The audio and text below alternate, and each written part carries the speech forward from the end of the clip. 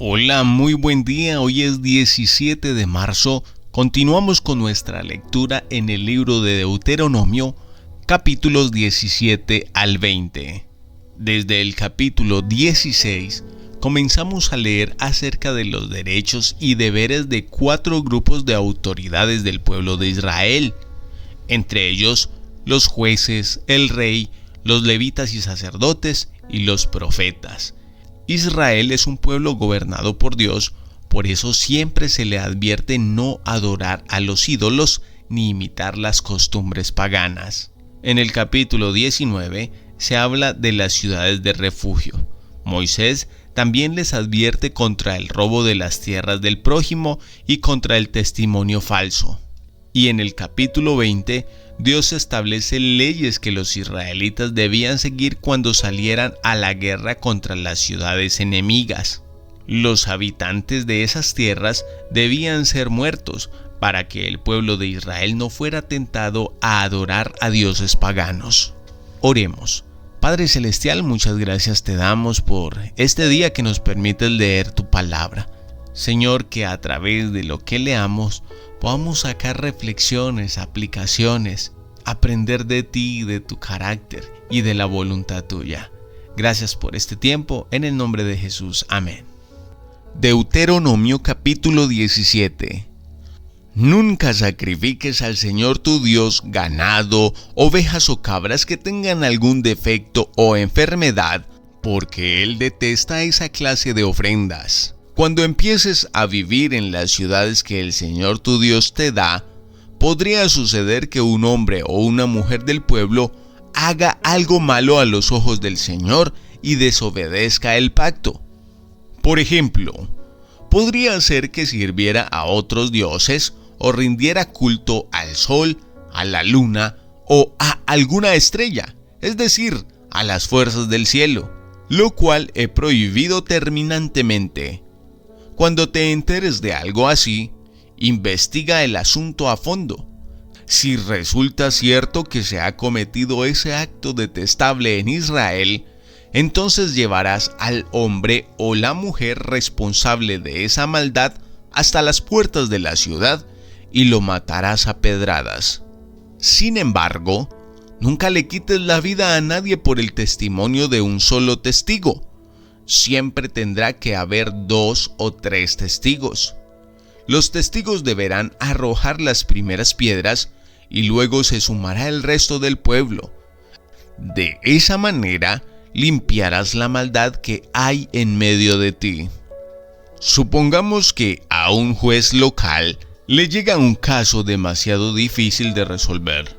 Por ejemplo, si alguien es culpable de asesinato o de homicidio no premeditado, o bien podría ser una demanda complicada o un caso que involucra distintos tipos de agresión, esos casos legales llévalos al lugar que el Señor tu Dios elija y preséntalos ante los sacerdotes levitas o el juez que esté de turno en esos días. Ellos oirán el caso y declararán el veredicto. Tú deberás cumplir el veredicto que ellos anuncien y la sentencia que dicten en el lugar que el Señor elija. Harás todo lo que ellos digan al pie de la letra. Después que hayan interpretado la ley y declarado el veredicto, tendrás que ejecutar la sentencia que impongan en su totalidad. No le hagas ninguna modificación. Cualquiera que tenga la arrogancia de rechazar el veredicto de un juez o de un sacerdote que representa al Señor tu Dios, tendrá que morir. De esa manera, limpiarás la maldad que hay en Israel. Entonces, todo el pueblo se enterará de lo ocurrido y tendrá miedo de actuar con tanta arrogancia. Estás por entrar en la tierra que el Señor tu Dios te da. Cuando tomes posesión de ella y te establezcas allí, tal vez se te ocurra pensar: deberíamos tener un rey para que nos gobierne tal como tienen las naciones que nos rodean. Si tal cosa sucediera, asegúrate de designar como rey al hombre que el Señor tu Dios elija. Tendrás que nombrar a un hermano israelita, no podrá ser un extranjero. El rey no deberá construir grandes establos para sí, ni enviar a su gente a Egipto para comprar caballos, porque el Señor te ha dicho, nunca vuelvas a Egipto.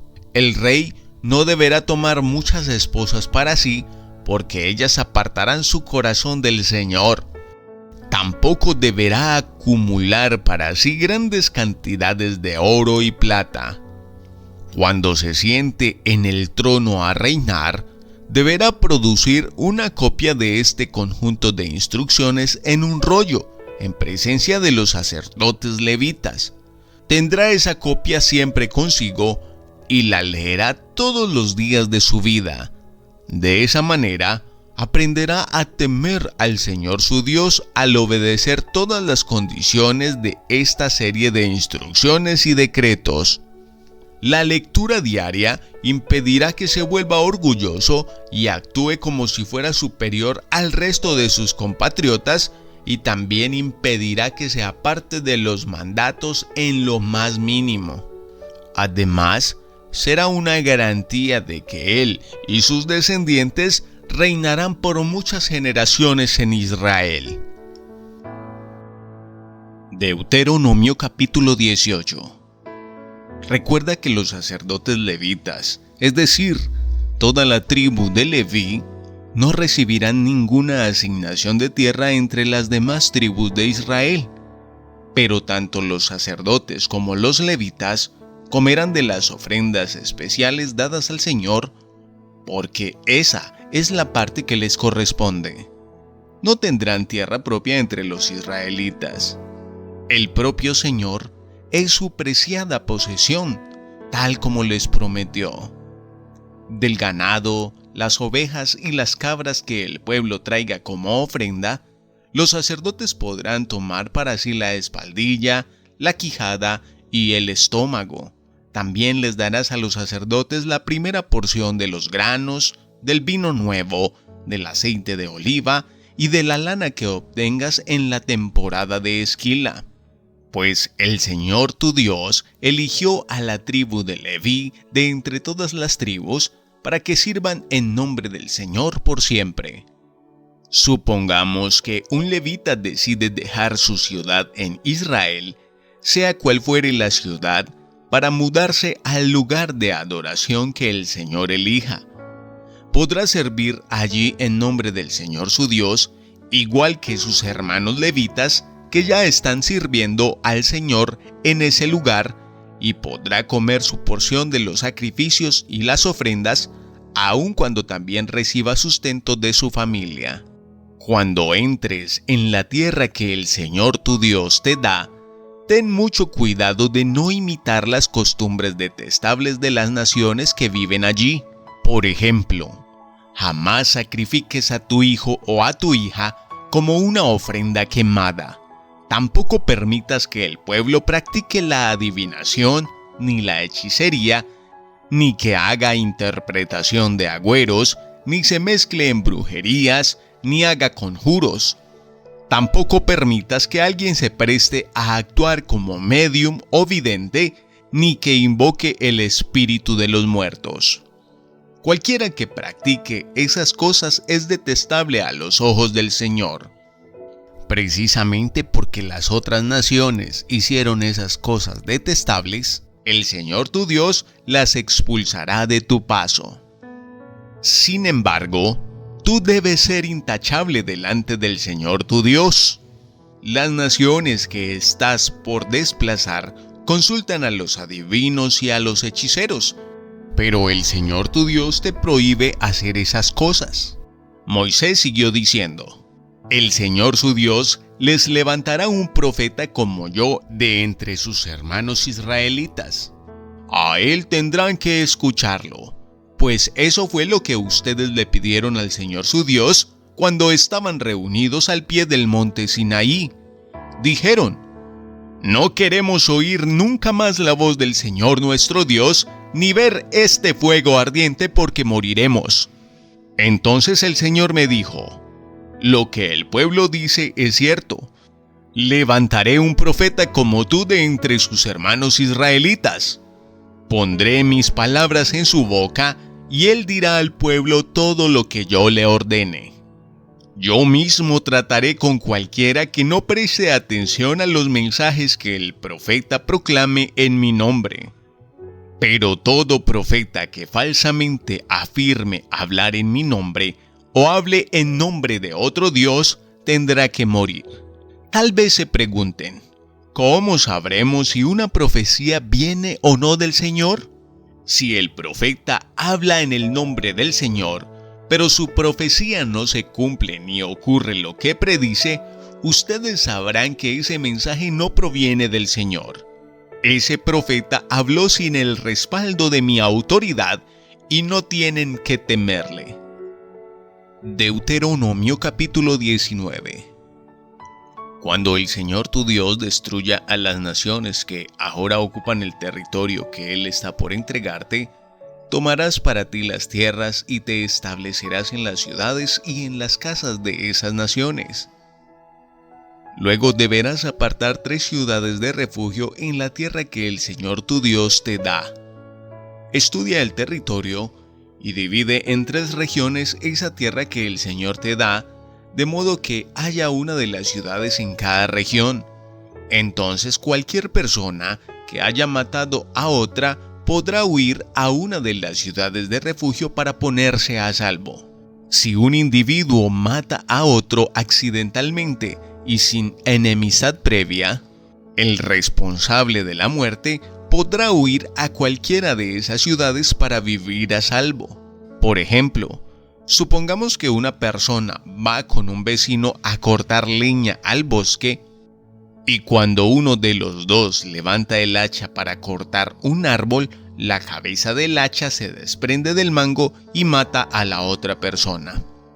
En tales casos, el responsable de la muerte puede huir a una de las ciudades de refugio para vivir a salvo. Si la ciudad de refugio más cercana quedara demasiado lejos, un vengador enfurecido podría rastrear al que causó la muerte y quitarle la vida.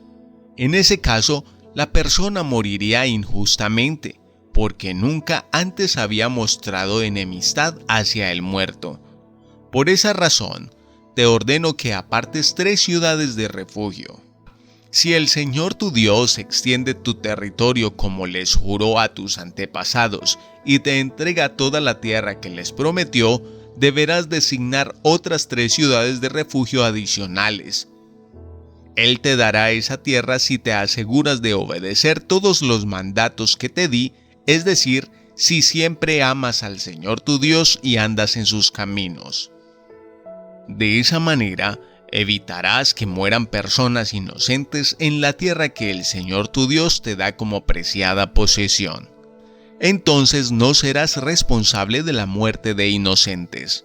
Pero supongamos que alguien está enemistado con un vecino y le tiende una emboscada a propósito y lo mata, y luego huye a una de las ciudades de refugio. En ese caso, los ancianos de la ciudad del asesino enviarán representantes a la ciudad de refugio para traerlo de regreso y entregarlo al vengador del muerto para que le quite la vida.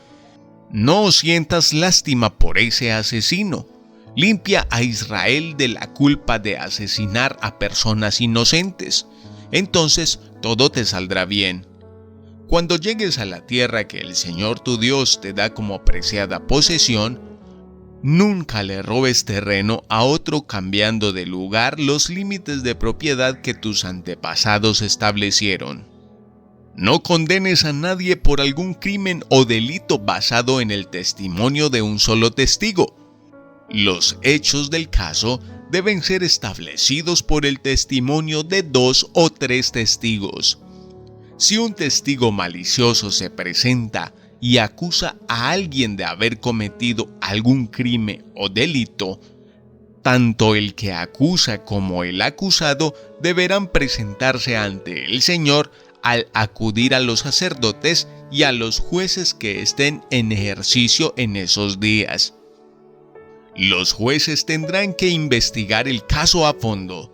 Si el acusador presentara cargos falsos contra otro israelita, le impondrás a él la sentencia que pretendía para la otra persona.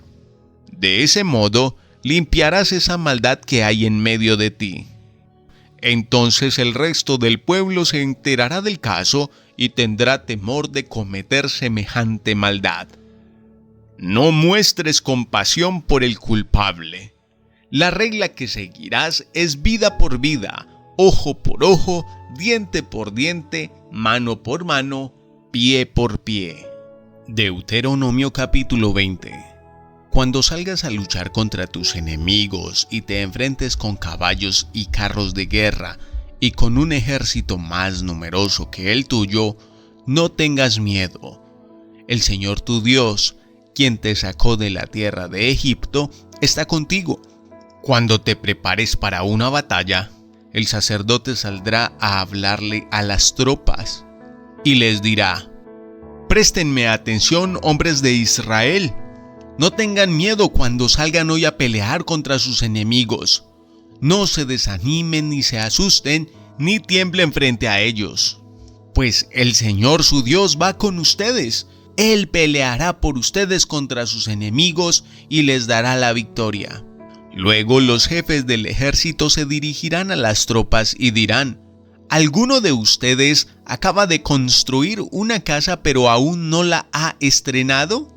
De ser así, puede irse a su casa. Podría morir en batalla y otro estrenaría su casa.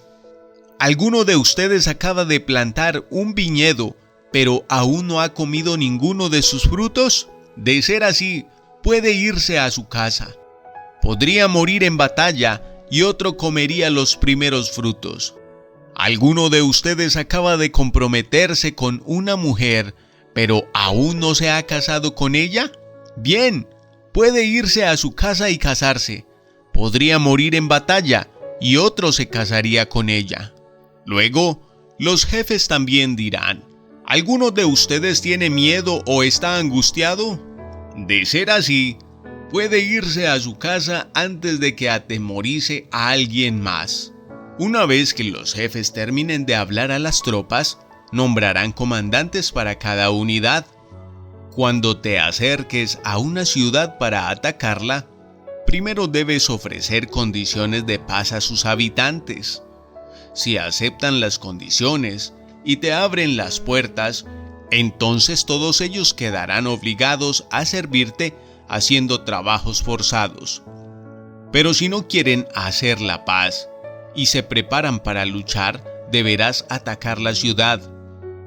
Cuando el Señor tu Dios te entregue la ciudad, mata a filo de espada a todos los hombres de ese pueblo. Sin embargo, podrás quedarte con todas las mujeres, los niños, los animales y el resto del botín de la ciudad. Podrás disfrutar de todo el botín de tus enemigos que el Señor tu Dios te entregue. Estas instrucciones solo se refieren a las ciudades lejanas, no a las de las naciones que ocupan la tierra donde estás a punto de entrar. En las ciudades que el Señor tu Dios te da como preciada posesión, destruye a todo ser viviente. Tienes que destruir por completo a los hititas, a los amorreos, a los cananeos, a los fereceos, a los heveos y a los jebuseos, tal como el Señor tu Dios te ordenó. Así evitarás que los pueblos de esa tierra te enseñen a imitar las costumbres detestables que practican cuando rinden culto a sus dioses, lo cual te haría pecar profundamente contra el Señor tu Dios. Si al atacar una ciudad la guerra se prolonga, no debes cortar los árboles a hachazos. Puedes comer de los frutos, pero no derribes los árboles. ¿Acaso los árboles son enemigos a los que tienes que atacar?